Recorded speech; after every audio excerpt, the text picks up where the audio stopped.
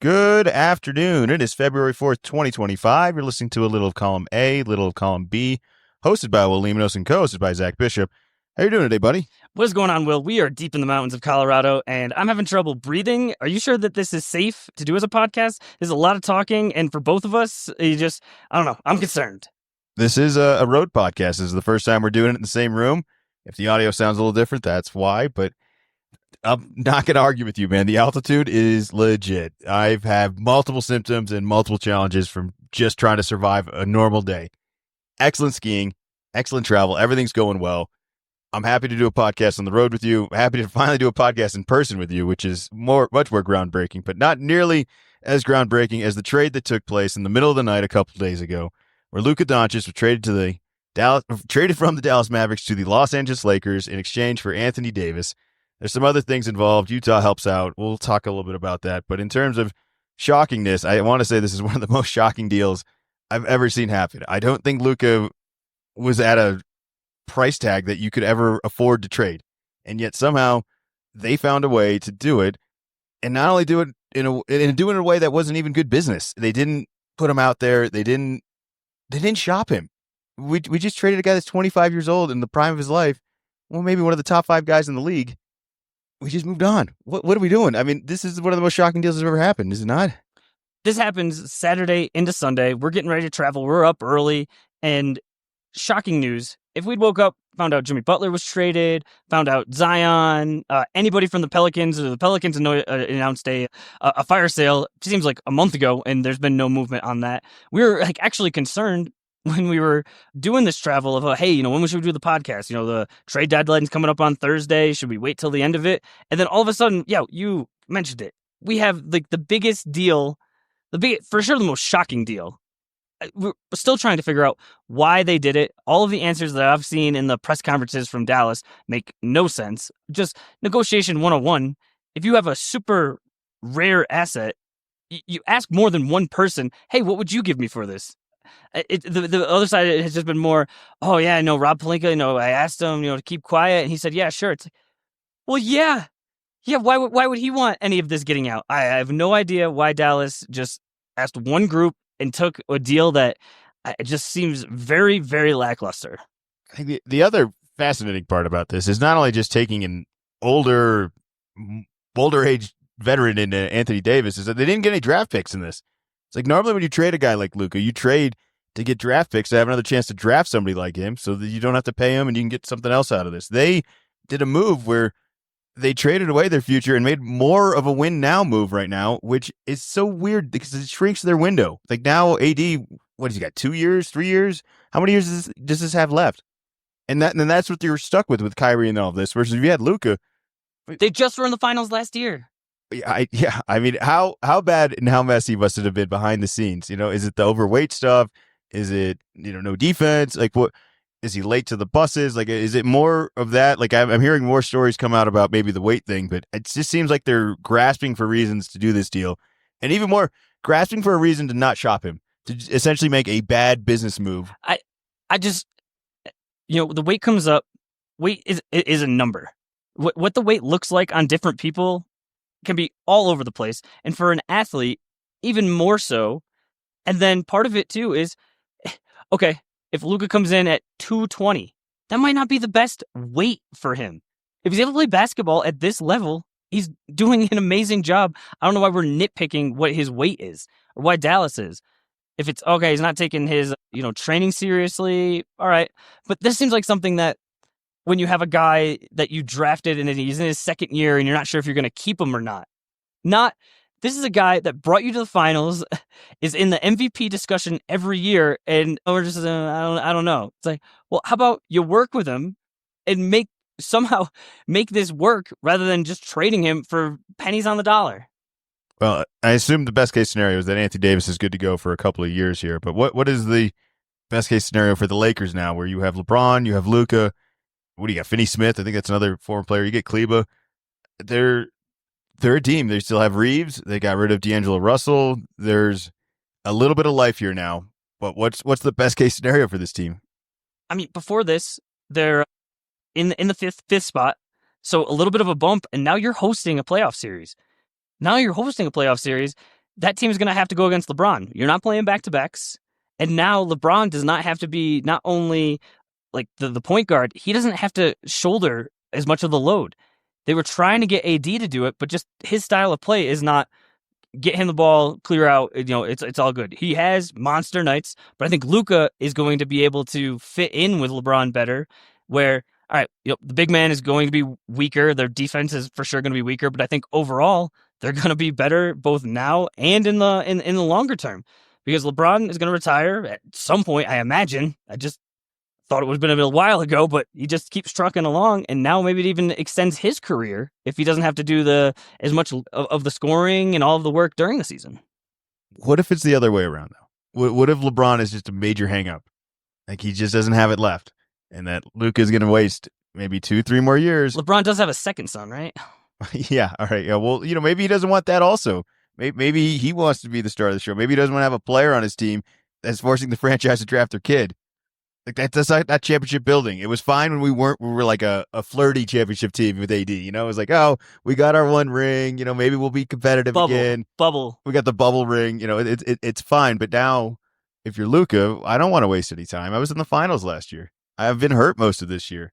I don't want to do LeBron's final farewell tour for 3 years when I could be competing for a championship and was competing for a championship too. So like this is another expectation that the Lakers are going to have to deliver on. That he got to the finals last year. If he doesn't get there this year, it's almost like, hey, what am I doing here? One thing that Luka will have the ability is he's only under contract for a year after this. So if what you're saying is the Lakers don't seem like a serious team, he's able to open it up to all of the teams that have room or have some way to sign and trade to make that work.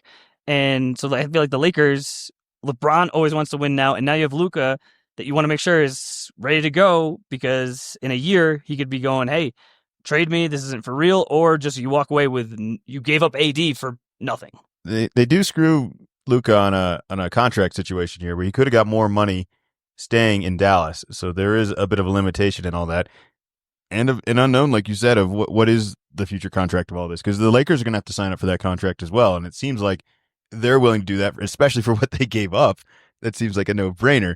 I think for any team, it's Luka. Does any team actually do this deal? Like, who says no to this deal? If you can get Luka and give up AD, let's just say AD's on any team.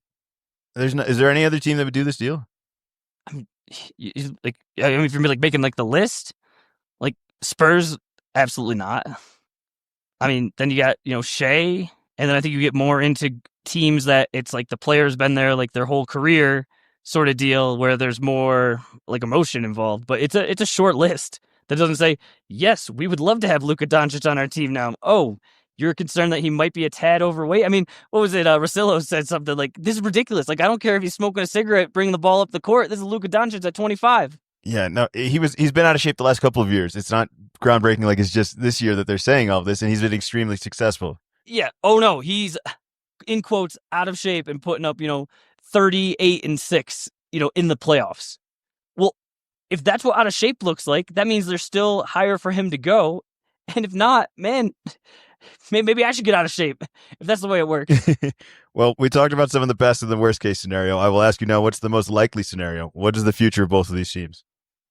I think that neither of them figure it out in the short term. Dallas is in the play-in game situation right now. The Lakers, even if they make a nice push, they could host a home series, but would still be on the road in the following series. I think it's going to be tough to make the jump over Denver and over OKC. There's a lot of good teams in the West. But I think for the Lakers, it's like, okay, you're banging back and forth for a little bit. We'll see what happens with OKC. You got a lot of young guys now, even like the Rockets, a lot of young guys. But once don't have a bunch of guys on rookie contracts, you just that puzzle doesn't fit together. Guys are going to move on if you don't find the right young guys. But now if you have Luka, you put whatever around him, similar to teams have done that with LeBron in his prime of you just put guys around him, you figure it out, you're making it to the finals. All right, lastly, before we move on to the next trade, because there's even more drama. This was a week where I feel like we normally wait till Thursday and everything happens at the last minute where nobody held back. We're just moving along here.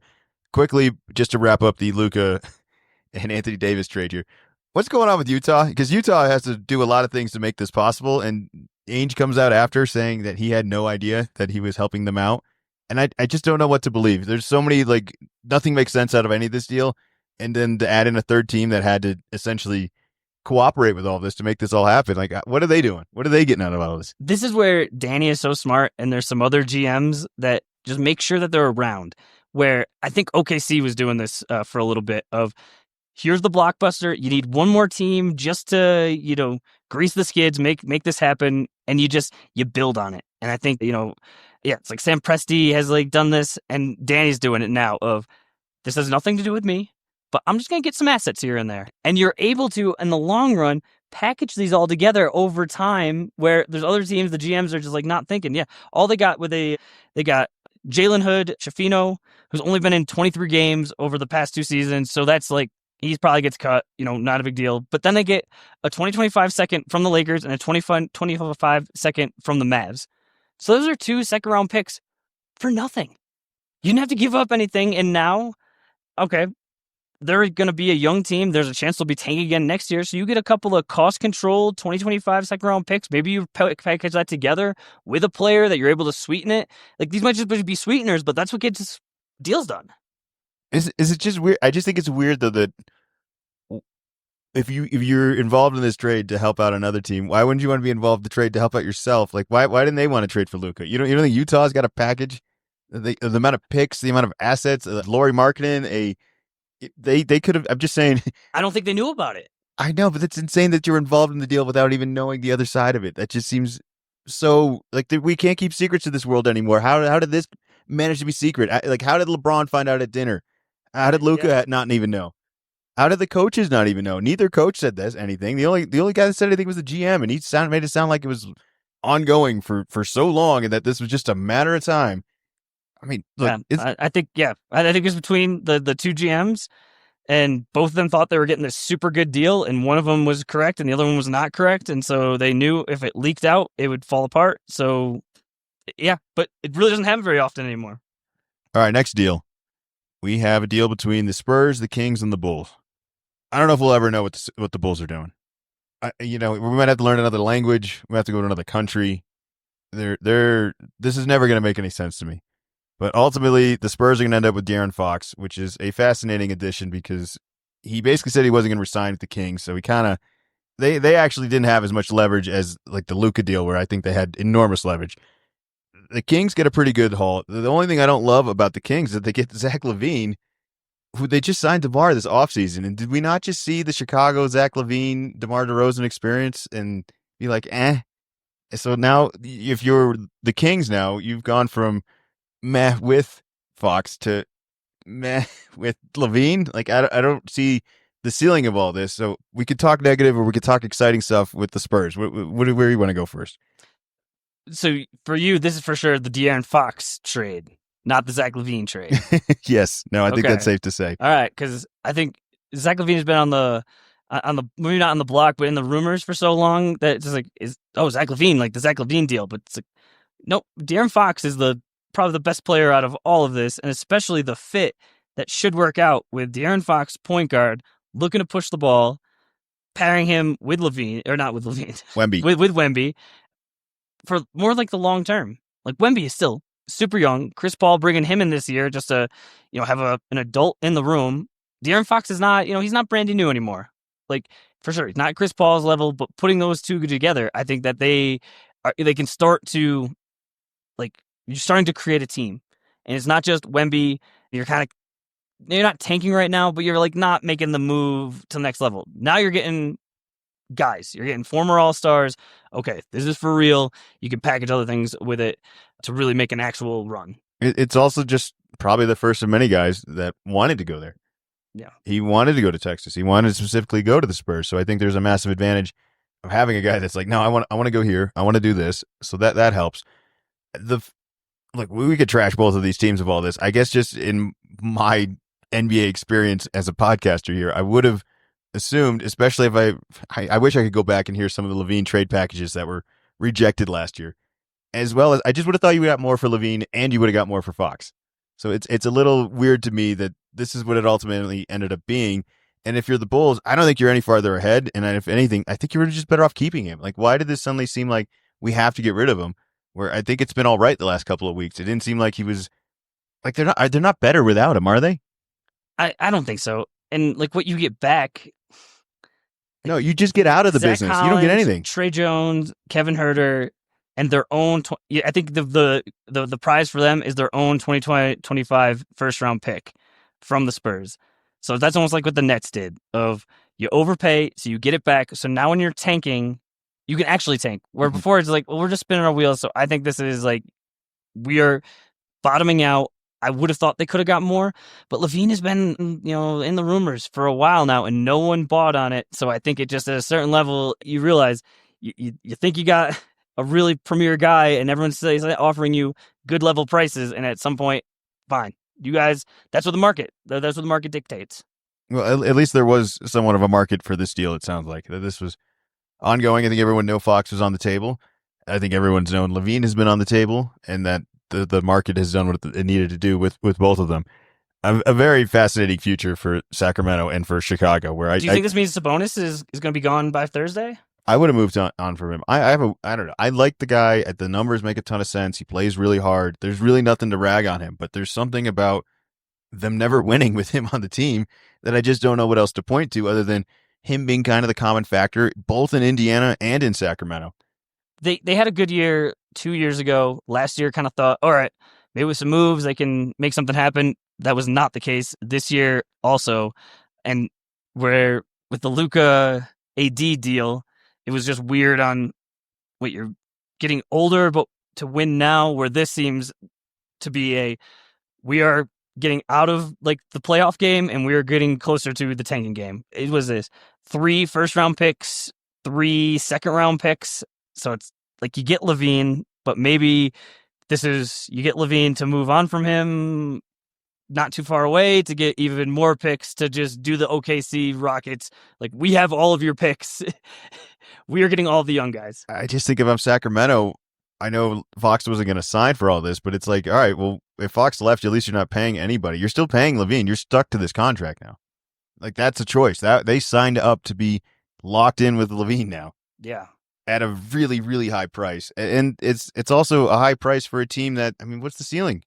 We're paying DeMar, we're paying Levine to go where? We're paying Sabonis? Yeah, that's where it doesn't seem... maybe they're trying to do some sort of, like, shoot the gap, win now, and have picks for later. Yeah, that always works. But, like, the win now is not championships. It's, well, maybe we can get a couple playing games and, all right, no, we're taking things seriously here. We're not, the Wizards. Hey, the Wizards, they broke the streak, man. They got to win. Oh, good for them. Who they beat? I don't even remember. It's not relevant. Like, I just saw that they broke their 16 game. Wasn't it the Timberwolves? Oh, did they beat the Timberwolves? I think it was the Timberwolves. Oh, wow. So it was like a little more of a surprise. Wow, they're in a little bit of trouble over there, huh? They've made some frisky trades that they might be regretting soon too, huh? Everyone thinks, oh, it's always brighter on the other side, man. We'll just trade this for something else. And then you realize, like, the Levine trade for me, if you're Sacramento, shouldn't you be asking yourself, like, why hasn't anyone else already done this deal? Like, why is this on the table for us? Like, this isn't just for us. Everyone else said no.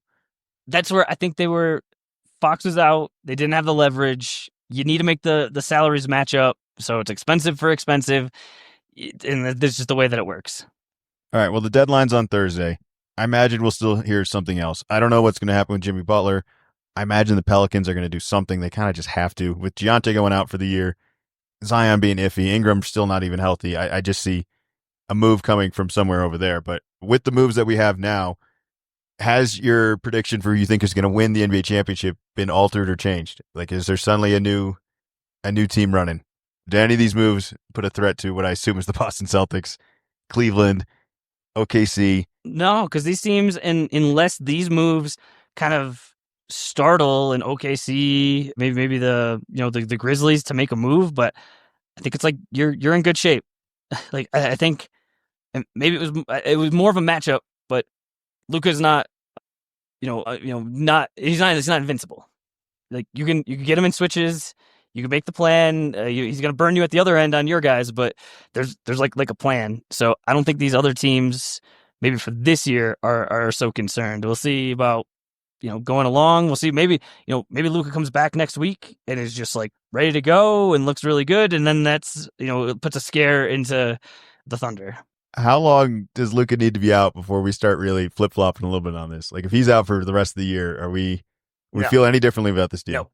If he's out for the next 2 years, do you feel any differently about this I deal? mean, Like, let's just say he's got an two. injury right now that we don't even know about that ends up being a problem. He's out for this year and he's working all summer to get back and it's re-injured or whatever next year.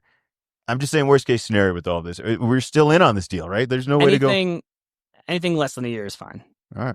So if he's gone all of this year, comes back at Christmas, nope. If he's gone the rest of this year and next year, then okay. But I gotta imagine if that like happens, now you gotta start talking to the Lakers doctors that take a look when a guy comes in and go, wait a minute here.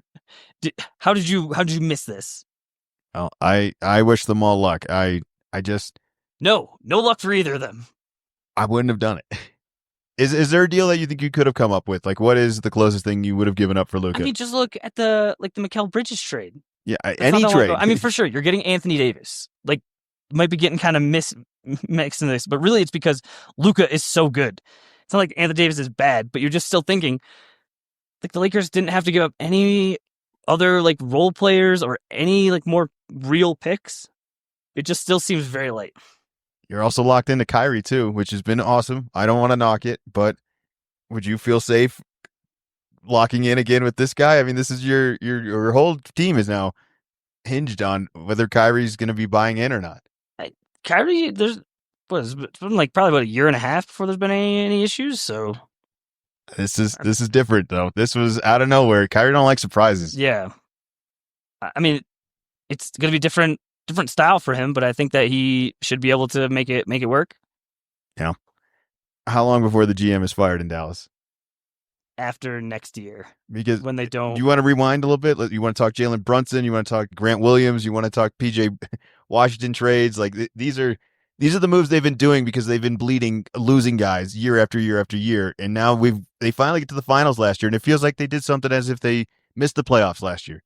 Like doesn't it feel like that? That's where I think if this year they're just fine in the playoffs, but it's like okay, no, now we got our guys for next year, but then next year if they're in like the Kings situation of had a really good year, and then the years after that, you're thinking maybe that year was the fluke, not these other years are the fluke when we're not good. And yeah, that's what you go to of you created this team, this is not working, this is your fault, you're gone. All right, well, we'll wrap up the NBA right there, and let's do a quick little college recap here. Lots of games, lots of SEC stuff. Michigan State doing what they can. I don't know. Where do you want to go with all this?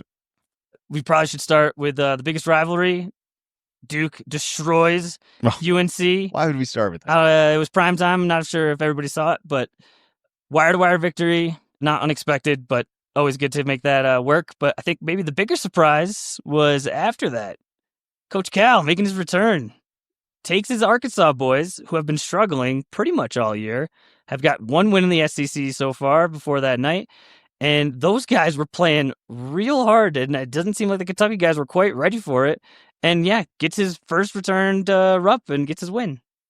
I was rooting for Kentucky, but in some ways I'm almost happy for some of the former Kentucky players to really stick it to a crowd that was not very nice to them. It didn't need to be, but But they definitely poked the bear, and it was by far the best the Razorbacks have played all year. And I will give them credit. They played a hell of a game. I don't buy into that team. I don't think they have a future. I don't think they're going to make the tournament. But they're going to be able to go home at the end of the year and say what? That we went back to Rupp and we got the W. And if you wanted to sign up with Cal and to say, hey, we could at least do this, you'd buy in immediately. So you know what? It's not working out. I wouldn't say it's the greatest success, but that is going to get him a lot of love back home. He's going to be safe, and I think they're going to be just fine. This is year one. These programs aren't built in 1 year. And I think I was already seeing in its early, and it's a little different now, but the recruiting rankings for next year, I think Arkansas is at number 3. I mean, these fluctuate greatly because once you get a 5-star, it like bumps you above everyone that has 0 or like only 3-star guys. But it takes a little while in college. I think Cal almost hurt himself when he came to Kentucky and was successful so immediately with the recruiting and in the tournament. But it takes a little while with the transfer portal. It's easier to kind of bring everyone kind of towards the middle, so to make that jump. But any wins along the way are for sure going to help. Yeah. All right. What do we got to look forward to this week? All right. Thursday, Maryland at Ohio State. Friday, unusual. We don't really get a lot of Friday night games, but Big East, St. John's coming to UConn, Northeast basketball, Big East, the old Big East, like they all talk about. Making that drive up 95, it's not that far. Yeah, St. John's playing real well. UConn, not as well as they've played in the past, but it's going to be really cool to just have that. It's not exactly, they all have their other rivals, but just there's not a lot of distance there. That'll be fun. And then Saturday, great slate of games on Saturday, all spread out real nice. We start off with Tennessee at Oklahoma at noon. Tennessee, again, just up and down. Like, can they score? Can they not score? I don't know. Ziegler, when he played, the team was struggling, then he was out, and then the team played well, and just trying to come up with that. 2 o'clock, Marquette at Creighton, followed up with 3:30, Texas A&M at Missouri. Got to get the SEC in there. And then surprise one, an ACC game. Duke going to Clemson. 6 o'clock, prime time, another time. Clemson has had their struggles, but as far as the ACC goes, that's one of the top guys. Then 10 o'clock, Texas Tech at Arizona. Texas Tech made a big jump in the AP poll this week. And then rounding it out on Sunday, we have Ohio State at Nebraska. Texas Tech's on a bit of a heater right now. I'd watch out. They'd talk about a team peaking at the right time. Maybe a little too early, but I'd buy in. Should we talk about the Kansas blowout and how we don't believe it at all? They destroyed Iowa State last night. You don't believe in it. You believe in it? What are you going to be a Kansas fan now on this podcast? Kansas is pretty good. They got a Hall of Fame coach. They're in a legit conference. So am I saying, they're going to win the championship because they had one blowout? Yeah, I don't think they're championship bound. But they jumped all over Iowa State. And, Iowa State has been a little bumpy. 3 losses in a row. One overtime lose at Arizona, then the surprise one losing at home at Kansas State on Saturday, but then to get blown out at Kansas. The blowout part was a surprise. It was supposed to be a very competitive game. But, yeah, I think they're just going to have to, kind of get their act together. I'm not interested in trusting Kansas over there, but I didn't have the greatest week for Michigan State either. All right, anything else for college football? Let's do basketball. Or college basketball. Jeez, college football is over. No, we're on to basketball. No more marching band. We're into February. March is 1 month away. Stupid marching band. All right, let's end this with some NFL prop bets. Did we already do picks? I feel like we had picks last week. We already know what teams we're doing. I think we both went the Chiefs, right? Yeah, I don't. That was my bet. Was Chiefs minus 1.5. Has anything changed for you? No. Do you feel even better about it? I don't know if I feel better about it. I feel the same about it. You have Mahomes, 2-time champion, going against the Eagles. I think the Eagles are good, but I think there's a coaching mismatch there, and I think there's a talent mismatch. Hurt has been hurt recently, and even this year, it wasn't just a guy that was dynamic. Let's open with maybe more realistic prop bets. So like more game related. It's like, who do you got for MVP? I have this is my biggest bet. So we're doing kind of $100 a piece on this little competition. So I have $25 on Mahomes MVP plus 110. I'm thinking if the Chiefs win, there's a very good chance that it's going to be Mahomes.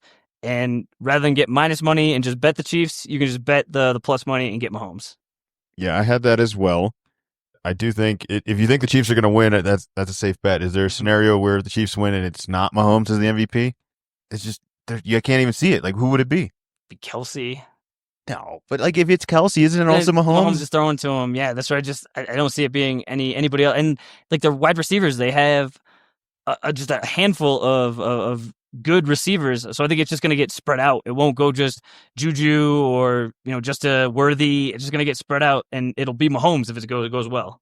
All right. Well, I have the same one as well, and I will put the same portion on with the 25 as well. My other favorite one will Saquon Barkley rush for 150 plus yards. I think he will. I think they're just not going to have a choice, and if they're smart, they're going to give him the ball a whole bunch. That one's plus 250, and I will put 25 on that as well. So Barkley to rush for 150 plus.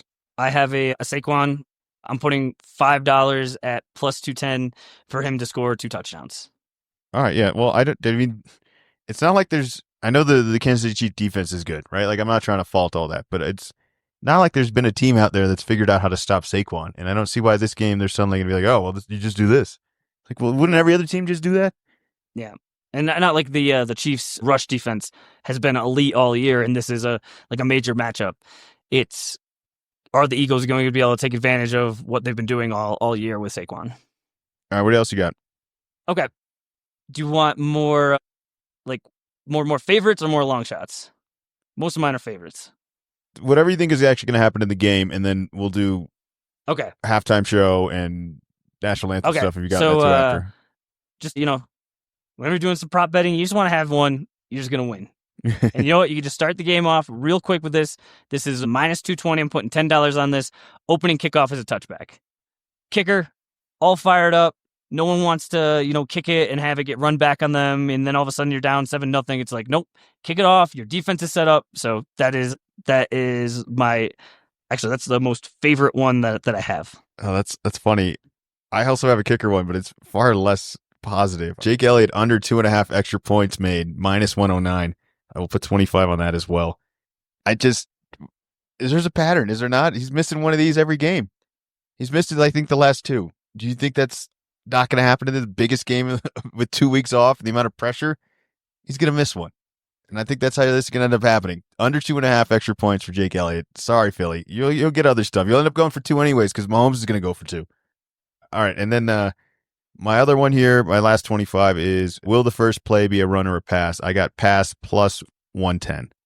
Okay. And I will do another 25 on that. And that's my $100 between those 4. I have other prop bets, but I didn't want to put them in with the 100. So the other ones are just goofy ones. I think Lil Wayne will make an appearance. Oh, okay. That's plus 164. All right. That'd be fun. The over-under for Kendrick's song set list is 10.5 songs. That's tough because usually it's like a medley. So it's just how much of, does he have to do a verse or how much of it? Well, they got it over-under at 10.5. I'll take the under at minus 122. I like that one. And then John Pettis is going to be doing the national anthem.